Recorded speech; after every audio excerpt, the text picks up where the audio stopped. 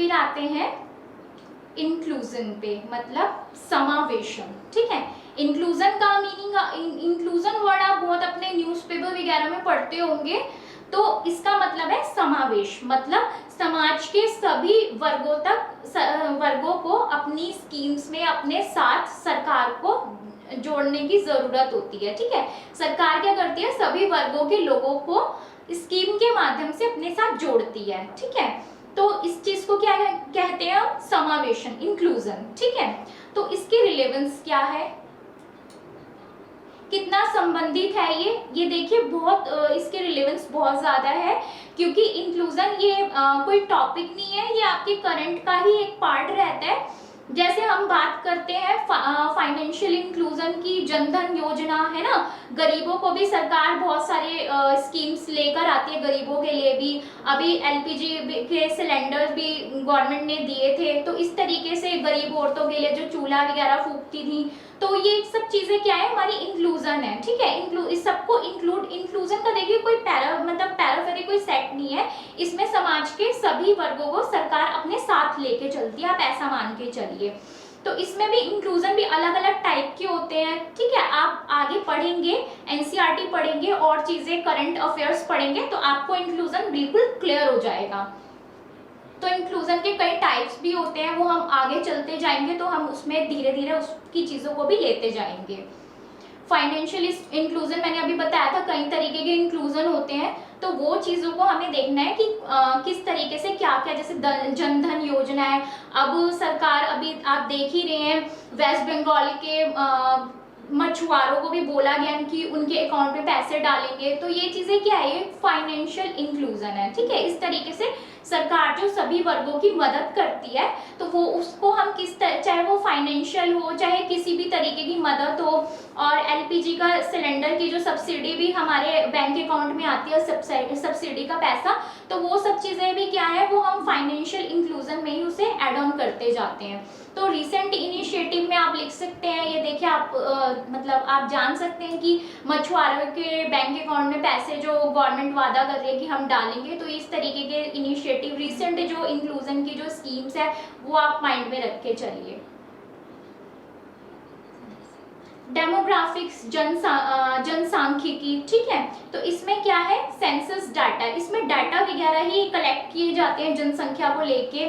Population bye gender and other criterias. ठीक है, gender के रिलेटेड पॉपुलेशन कलेक्ट की जाती है, पॉपुलेशन और जेंडर को लेके डाटा कलेक्ट किए जाते हैं। ट्रेंड्स इन ह्यूमन डेवलपमेंट किस तरीके से किस किस स्टेट में कहाँ क्या क्या चीज़ें बढ़ रही हैं। ठीक है, ह्यूमन डेवलपमेंट के लिए मैंने आपको 4 क्राइटेरिया बताए थे लास्ट टू लास्ट क्लास में, आई थिंक मैंने आपको क्लियर किया था।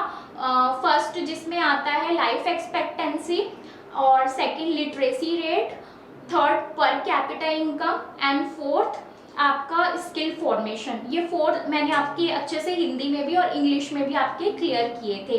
ठीक है, और फिर इसके बाद हम आते हैं इंटरस्टेट कॉपरेशन कंपैरिजन पे। देखिए ट्रेंड्स इन ह्यूमन डेवलपमेंट की मैं अभी बात कर रही थी, तो आपको क्लियर है ना, ह्यूमन डेवलपमेंट पहले तो आपकी जीवन शक्ति के बारे में बताया था, फिर सेकंड में आपकी साक्षरता का रेट कितना है, उसी हिसाब से आपके ह्यूमन डेवलपमेंट किसी कंट्री का पता चलता है, फिर तीसरी प्रति व्यक्ति आय पर कैपिटा इनकम से पता चलता है, और चौथा कौशल विकास। ठीक है, स्किल फॉर्मेशन से हमें किसी कंट्री के बारे में पता चलता है कि उसका ओवरऑल डेवलपमेंट, ह्यूमन डेवलपमेंट किस तरीके से हुआ है। हमने मानव पूंजी वाला चैप्टर बहुत अच्छे से समझ के किया है, बहुत अच्छे से मैंने आपका उसको अभी मैंने बेसिक आपका क्लियर किया है। उसके बाद अभी हम फिर आएंगे चैप्टर कंप्लीट करने के बाद सेकंड चैप्टर पे, उस पे हम ह्यूमन कैपिटल, ह्यूमन डेवलपमेंट वगैरह जैसी चीज़ें बहुत अच्छे से कवर करेंगे एनसीईआरटी से ही। इंटरस्टेट कंपैरिजन, बिल्कुल आप इंटरस्टेट कंपैरिजन करते हैं कि आप केरल की लिटरेसी रेट को कंपेयर करते हैं कि बिहार से, कि केरल की कितनी हाई लिटरेसी रेट है और बिहार की कितनी लो लिटरेसी रेट है, तो उस पर काम करने की ज़रूरत है। जब हम कंपैरिजन करते हैं जब सरकार कंपैरिजन करती है किसी पॉलिसी को बनाने के लिए, स्टेट वाइज कंपैरिजन करती है, तभी तो उसको दिमाग में रख के वो एक ऐसी पॉलिसी बनाती है जिसका बेनिफिट सबको मिले। ठीक है, सारे स्टेट को इक्वल करने की उनकी ऐसी सोच रहती है कि सारे स्टेट्स में बैलेंस्ड रहे। ठीक है, बहुत ज़्यादा इनइक्वालिटी दिखती है, कई बार असमान विवरण दिखता है चीज़ों का, कोई स्टेट कम है, कोई स्टेट बहुत ज़्यादा है, तो ये चीज़ थोड़ा हम उसको कंसीडर करते हैं, देखते हैं। तो फिर चलिए आगे हम बात करते हैं फिस्कल पॉलिसी की, राजकोषीय नीति। तो देखिए क्या है ये फिस्कल पॉलिसी, ये एक बहुत इंपॉर्टेंट पॉलिसी मानी जाती है हमारी यूपीएससी पॉइंट ऑफ व्यू से। इसमें पीटी मेंस दोनों में से ही, दोनों के लिए ही ये बहुत इंपॉर्टेंट रहती है। राजकोषीय राजकीय नीति, ठीक है, राजकीय नीति बोलेंगे इससे। तो ये क्या, इसमें क्या करती है सरकार, देखिए इसमें ये सरकार की नीतियां होती है, सरकार की पॉलिसी होती है। सरकार इसमें अपनी आय के स्तर को और टैक्स की जो दरें हैं उसको नियंत्रित करती है। ठीक है, अपनी कुछ इनकी अपना फॉर्मेट रहता है गवर्नमेंट का, जिससे वो अपने इनकम स्पेंडिंग और आपके टैक्सेशन के जो रेट्स हैं उसको कंट्रोल करती है। और इसमें अर्थव्यवस्था की बहुत सारी चीज़ों को ध्यान में रख के ये कार्य किए जाते हैं। बहुत सारे फैक्टर हैं जो अर्थव्यवस्था को प्रभावित करते हैं, तो उन सब चीज़ों को ध्यान में रख के ये पॉलिसी सरकार बनाती है। तो डेफिनेशन ये मैंने आपकी क्लियर कर दी है। इसके कंपोनेंट्स जब हम इसे पढ़ेंगे तो हम अच्छे से जान पाएंगे इसके बारे में, क्योंकि बहुत ब्रॉड टॉपिक है। ठीक है, तो ये चीज़ें हम अच्छे से जब करेंगे, ये बहुत काफ़ी ब्रॉड रहता है, तो इसके कंपोनेंट्स तभी डिस्कस करेंगे। रिसिप्ट, जो भी सरकार के पास टैक्स, सरकार हम आम जनता पे टैक्स लगाती है और हम लोग टैक्स पे करते हैं, तो उसके माध्यम से सरकार के पास क्या आते हैं, रिसिप्ट। ठीक है, रिवेन्यू, रिसिप्ट और अदर वो हमारा होता है रिवेन्यू। और रिसिप्ट जो सरकार ने, जैसे किसी ने कर्जा ले रखा था सरकार से और वापस किया, तो वो रिसिप्ट आ गए। जो भी छोटे मोटे खर्चे जो मतलब ले रखे होते हैं, वो सरकार की जो छोटी मोटी इनकम्स रहती हैं, तो वो चीज़ें सरकार की रिसिप्ट रहती है। और रिसिप्ट एंड कैपिटल अकाउंट इसमें पढ़ा जाता है, तो ये पूरे सेपरेट टॉपिक रहते हैं। टैक्स रिवेन्यू, जो टैक्स से आने वाले पैसे को बोलते हैं टैक्स रिवेन्यू। एक्सपेंडिचर, जो सरकार खर्चा करती है। बजट, ये बजट देखिए, ठीक है, बजट क्या है, रिवेन्यू माइनस में एक्सपेंडिचर। ठीक है, जब एक्सपेंडिचर आपके खर्चे आपके ज्यादा होते हैं आय से, तो हम क्या बोलते हैं, घाटे का बजट। ठीक है, तब सरकार बोलती है कि बजट घाटे का बजट आया है जी, माइनस में दिखा रहा है। तो ये हमारी इंडिया की प्रॉब्लम रहती, इंडिया की ही नहीं, ये सभी विकासशील देशों की प्रॉब्लम है कि बजट जो है माइनस में आता है, क्योंकि वही चीज़ यहाँ पे अप्लाई हो जाती है जो मैंने आपको समझाई थी, रिसोर्सेज कम है और आवश्यकताएं, नीड्स हमारी ज़्यादा है। तो फिर चलिए आगे सोशल इश्यूज एक बार हम देख लेते हैं। तो सोशल इश्यूज में देखिए, सोशल इश्यूज का मतलब है सामाजिक मुद्दे। ठीक है, इसमें फाइनेंसिंग, हेल्थ पॉलिसी की बात की जाती है। तो अब देखिए सरकार क्या कर रही है करंट टाइम में, आपको गवर्नमेंट हॉस्पिटल में फ्री वैक्सीनेशन दे रही है कोरोना के लिए। तो ये क्या है, ये फाइनेंसिंग है। ठीक है, हेल्थ पॉलिसी को लेके गवर्नमेंट फाइनेंस कर रही है हेल्थ पॉलिसी को। तो आप ये देखिए, गवर्नमेंट हमारे लिए जो भी कार्य कर रही है हेल्थ को लेके, तो ये हमारे कुछ सोशल इशू है, इसमें गवर्नमेंट अच्छा काम कर रही है। एजुकेशन पॉलिसी जी, एजुकेशन को भी लेके सभी, चाहे वो राज्य सरकार हो, केंद्रीय सरकार हो, वो सभी अपने स्तर पे अच्छे कार्य कर रहे हैं। तो ये आप देख सकते हैं, आप ये सारे करंट सोशल इश्यूज का जो पार्ट होता है वो करंट अफेयर्स का ही पार्ट होता है। तो आप जो न्यूज़पेपर पढ़ते हैं और मैगजीन्स देखते हैं, और तो यहाँ पे आपको ये सोशल इश्यूज के बारे में बहुत अच्छे से एक डिटेल मटेरियल मिल जाता है। एजुकेशन पॉलिसी में भी जैसे हेल्थ की पॉलिसी पे स्पेंड कर रही है सरकार, तो एजुकेशन पॉलिसीज पे भी काम कर रही है। हमारे दिल्ली के सरकारी स्कूलों को देख लीजिए, कितना अच्छा वर्क कर रहे हैं वो। सैनिटेशन पे भी कार्य कर रही है सरकार जी। शौचालय स्कीम्स सरकार लेके आई थी, घर घर शौचालय। तो ये किसी लिए, हेल्थ और हाइजीन कंडीशंस को मेंटेन करने के लिए सरकार ये लेके आई थी। फिर है ड्रिंकिंग वाटर। ठीक है, देखिए ड्रिंकिंग वाटर में साफ सुथरा पानी हमारे जीवन के लिए बहुत अच्छा है। ठीक है, गंदा पानी हम पी नहीं सकते हैं। तो इसीलिए सरकार क्या कर रही है कि सरकार सोच रही है कि देखिए शहरों में साफ पानी मिलना कोई बड़ी बात नहीं है, ठीक है, आराम से मिल जाता है, लेकिन ड्रिंकिंग वाटर की अभी भी प्रॉब्लम यहाँ पे भी रहती ही है, ठीक है, दिल्ली जैसे एरिया में भी रहती है। तो इसीलिए सरकार की यही नीति है कि अपनी जनता को साफ सुथरा पानी घर घर तक पहुंचाया जाए। तो इसमें बहुत स्कीम्स रहती है, आप लोग न्यूज़पेपर मैगजीन्स में भी देख सकते हैं। फिर आते हैं सोशल सिक्योरिटी, ठीक है, सोशल सिक्योरिटी स्कीम, जैसे विधवा पेंशन हो गया, बुजुर्गों को मिलने वाली पेंशन हो गई। तो ये सारी चीज़ें क्या है, सोशल सिक्योरिटी उसमें आएगा, क्योंकि अभी बजट में भी गवर्नमेंट ने ओल्ड एज लोगों के लिए काफ़ी अच्छी स्कीम निकाली थी, तो वो काफ़ी हैप्पी है इस स्कीम से। तो इस तरीके की स्कीम्स आप देख सकते हैं। इंफ्रास्ट्रक्चर पॉलिसी, ठीक है, इंफ्रास्ट्रक्चर का मतलब होता है आधारित संरचना, ठीक है, पूरा जो अर्थव्यवस्था का कार्य जिस पे निर्भर है उस चीज को क्या बोलते हैं, आधारित संरचना, या आप बुनियादी ढांचा भी से बोल सकते हैं, ठीक है। तो इसमें आप सेज हो गया, EEZ हो गया, तो इस तरीके की पॉलिसीज गवर्नमेंट लेके आती है, ताकि ट्रेड से रिलेटेड भी चीज़ें, इसमें बहुत चीज़ें आती हैं, वो जब हम करेंगे तो अच्छे से देखेंगे इसको। और उसमें आपको ये मटेरियल सारा सोशल इशू का न्यूज़पेपर और मैगजीन में से भी बहुत अच्छा मिल जाता है, पीटी और मेंस के लिए काफ़ी हिट एरिया भी रहता है ये। इंटरनेशनल ट्रेड इशू, ठीक है, ट्रेड इशू से रिलेटेड चीज़ें यहाँ पे पढ़ी जाती हैं, जैसे हमारे ट्रेड इश्यूज, ये क्या बोलते हैं, लुक ईस्ट पॉलिसीज थे, है ना, तो वहाँ पे इंटरनेशनल ट्रेड्स कहाँ बढ़ाने चाहिए गवर्नमेंट को, अफ्रीका को सपोर्ट करता है इंडिया कितनी फील्ड में, और ये आपके बहुत एशियन कंट्रीज के साथ ट्रेड करता है और मिडल ईस्ट के साथ ट्रेड करता है। तो ये इंटरनेशनल ट्रेड इशू आपको करंट अफेयर वाले पार्ट में बहुत अच्छे से क्लियर हो जाएंगे।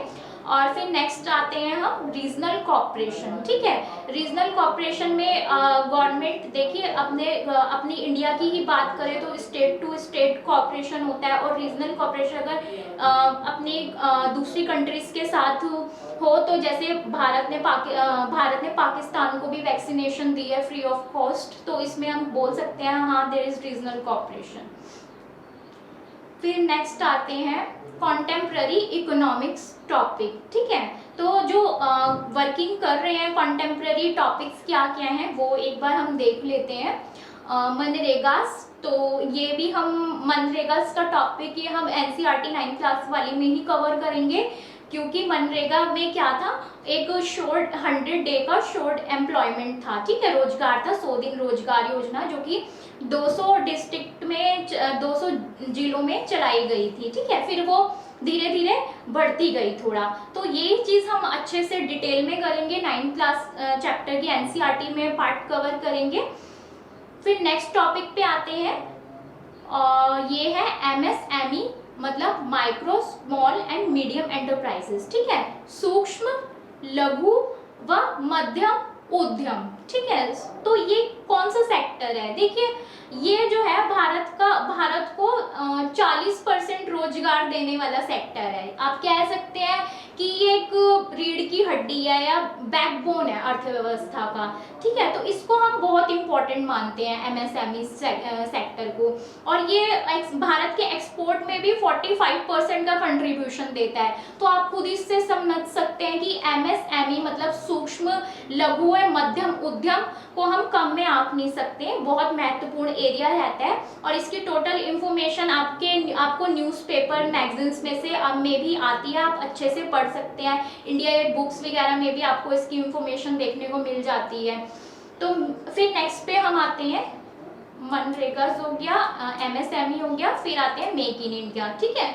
अब देखिए मैंने आपको कुछ क्षेत्रकों के बारे में बताया था, है ना, प्राथमिक, द्वितीयक एंड तृतीयक क्षेत्र, ठीक है, primary, secondary and tertiary sector. तो इंडिया का प्राइमरी सेक्टर भी ठीक है, और थर्ड सेक्टर, तृतीयक क्षेत्र जो हम कहते हैं वो भी हमारा बहुत अच्छा, सबसे अच्छा तृतीयक क्षेत्र ही चलता है, टर्शरी सेक्टर इंडिया का अच्छा चलता है। लेकिन हमें जो वर्क करने की जरूरत है वो मैन्युफैक्चरिंग सेक्टर में वर्क करने की जरूरत है, ठीक है, विनिर्माण पे काम करने की जरूरत है। तो उसके लिए अभी 2013 की से बात करें तो इंडिया का फोकस तब गया कि हमें अपनी मतलब मैन्युफैक्चरिंग को बढ़ाना चाहिए। जब मोदी गवर्नमेंट आई तो मोदी जी ने इस पे बहुत अच्छे से वर्क किया कि हमें इंडिया की मैन्युफैक्चरिंग को बढ़ाना है। हम हर चीज़ चाइना से इंपोर्ट करते हैं, छोटी से छोटी बड़ी से बड़ी सब पार्ट्स हम चाइना से इंपोर्ट करते हैं, कि क्यों ना हम अपना ही मैन्युफैक्चरिंग सेक्टर बढ़ाए। तो इस चीज़ पे भी बहुत अच्छे से काम हो रहा है। तो उस समय में 2014 में make in India policy Modi ji लेके आए, और उसके बाद अब खुद ही देख रहे हैं कि कोरोना के टाइम में भारत कितना सशक्त खड़ा रहा। और इसमें हमने जो किट थी, कोरोना वेयरिंग किट थी, वो भी हमने खुद ही मैन्युफैक्चरिंग की, और इसमें वोकल फॉर लोकल आया। तो ये चीज़ें हमें थोड़ा ये हमारे इस तरीके के टॉपिक्स हमारे कॉन्टेम्प्ररी इकोनॉमिक्स टॉपिक कहलाते हैं। तो इनको थोड़ा हमें ध्यान में रख के न्यूज़ वगैरह देखते हैं तो हमें पता चलता है कि हमारी कौन कौन सी चीज़ें कहाँ कहाँ कैसे ग्रो कर रही हैं, ठीक है, हम कहाँ किस डायरेक्शन में जा रहे हैं। और इसके अलावा भी कॉन्टेम्प्ररी इकोनॉमिक्स इशू के बारे में अगर आप हो सके तो डीडी न्यूज़ चैनल देख सकते हैं। इसमें एक प्रोग्राम आता है पर्सपेक्टिव, उसमें आपके सारी इकोनॉमिक पॉलिसी के गवर्नमेंट के एक्सपर्ट बैठते हैं, वो पूरा डिबेट करते हैं और चीज़ें बहुत अच्छे से समझाते हैं। अगर हो सके तो वो प्रोग्राम आप ज़रूर देखिए। और भी कई इकोनॉमिक्स से रिलेटेड प्रोग्राम उस डीडी न्यूज़ चैनल पे आते हैं, तो हो सके तो आप वो देखिए ज़रूर, उससे आपकी नॉलेज बहुत एनहांस हो जाएगी। आप आधे घंटे में ही आप उस प्रोग्राम को देख के बहुत कुछ जान पाएंगे। कॉन्टेम्प्ररी इश्यूज वहाँ पे आपके बहुत अच्छे से कवर हो जाएंगे। फिर आते हैं इंडस्ट्रियल कॉरिडोर पे। तो इंडस्ट्रियल पॉलिसी हमारी आई थी 1948 में, फर्स्ट इंडस्ट्रियल पॉलिसी। फिर उसके बाद वो अपडेट होती रहती हैं, तो वो चीज़ आप देखिए। इंडस्ट्रियल कॉरिडोर्स को भी देखना बहुत ज़रूरी रहता है, क्योंकि और हमें अपना मैन्युफैक्चरिंग सेक्टर भी बहुत आगे ले जाने की ज़रूरत है, और गवर्नमेंट इस पर बहुत अच्छा खासा काम भी कर रही है। इससे क्या होता है, इससे लोगों को रोजगार भी मिलते हैं। जब हम मैन्युफैक्चरिंग को बढ़ाते हैं, एमएसएमई सेक्टर को बढ़ाने की बात करते हैं, तो इससे लोगों को रोजगार भी मिलता है।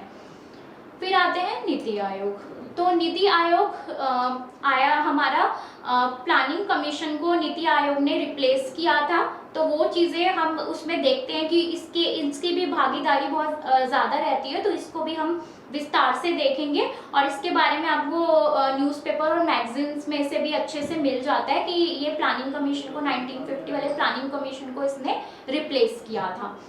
फिर आते हैं ब्लैक मनी। देखिए ब्लैक मनी पे भी आजकल बहुत चर्चा में रहता है ब्लैक मनी का टॉपिक, ठीक है।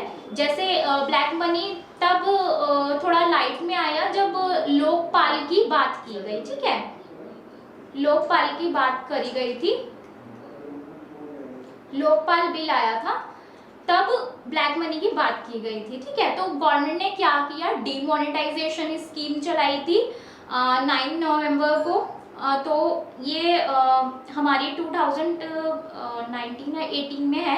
तो वो डीमोनेटाइजेशन स्कीम चली थी कि गवर्नमेंट ने जो पुराने नोट थे उनको रिजेक्ट कर दिया था, बाकी नई करेंसी मार्केट में उतारी थी। तो इस तरीके की चीज़ें देखिए कितना कॉन्टेम्प्ररी इशू है ये, इसका सारी चीज़ें आपको करंट अफेयर और इसी से ही ये पोर्शन आपका कवर होता है। इंटरनेशनल ट्रीटीज हो गए, ऑर्गेनाइजेशंस हो गए, ठीक है। तो एशियन जैसे कह सकते हैं हम, ठीक है, इसका एग्जाम्पल ले लेते हैं, एशियन ले लेते हैं। तो ये सारे कॉन्टेम्प्ररी टॉपिक्स जो भी रहते हैं हमारे, ये हमारे करंट अफेयर से आपके क्लियर हो पाते हैं। इंडिया पॉलिसीज विद नेबर, ठीक है। इंडिया की पॉलिसी हमेशा अपने नेबर्स के साथ बहुत अच्छी रही है। इंडिया अपने सारे पड़ोसियों को सहयोग देख के उनको कोऑपरेट करके ही आगे बढ़ता है।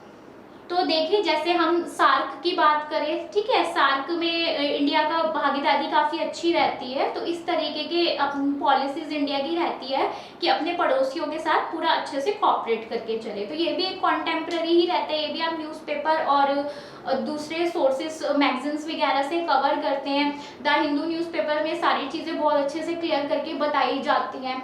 द हिंदू न्यूज़पेपर सिर्फ ये इसी चीज़ के लिए अच्छा नहीं होता है कि वो सिर्फ आपको करंट अफेयर्स ही दे रहा है, बल्कि आपका एक जीएस का एक बड़ा पोर्शन भी वो कवर कर देता है अगर आप उसे ध्यान से पढ़ते हैं। तो एडिटोरियल पार्ट में आप देखेंगे कि बहुत सारे चीज़ें आपको जीएस पार्ट की भी उसमें मिलेगी, हिस्ट्री से भी रिलेटेड चीज़ें मिलेंगी, ज्योग्राफी में भी मिलेंगी। और इकोनॉमिक्स की तो मिलती ही मिलती हैं, बाकी और पूरा आपका जीएस पार्ट वो बहुत अच्छे से, चाहे वो साइंस हो चाहे वो पॉलिटी हो, सारा पोर्शन वो बहुत अच्छे से कवर करता है। आप उसके नोट्स ज़रूर बनाएं साथ के साथ। फिर आते हैं इस पे, ये देखिए कुछ आप यूपी प्रीलिम्स के लिए कुछ देख भी सकते हैं। There are some of the reference study material which aspirant can use for general study. Paper second of UPSC prelims, Indian economic by Ramesh Singh की आप पढ़ सकते हैं, और economic policy in India by Jain और पुरी है ये, जैन एंड और या नहीं, मिश्रण पूरी अलग है, ठीक है। 11th क्लास एनसीईआरटी, देखिए एनसीईआरटी तो मैं आपको सब कराऊंगी ही 9 to 11th की, तो उसी से ही आपका बेसिक बहुत अच्छे से क्लियर हो जाएगा। और उसके बाद आप NIOS के नोट्स भी पढ़ सकते हैं, और इग्नू मटेरियल पढ़ना ना भूलें। इग्नू के मटेरियल आप ज़रूर उठाएं, क्योंकि वहाँ से आप चीज़ों को लिंक करना सीखेंगे, ठीक है। वो बहुत अच्छे से बताता है चीज़ें, एक एक लाइन उसकी समझ के पढ़ने वाली होती हैं। तो आप कोशिश कीजिएगा कि एनसीईआरटी कंप्लीट करने के बाद आप NIOS और इग्नू के भी मटेरियल अगर एक बार पढ़ लें तो आपकी प्रिपरेशन बहुत अच्छी हो जाती है, इकोनॉमिक्स बहुत स्ट्रांग हो जाएगा आपका।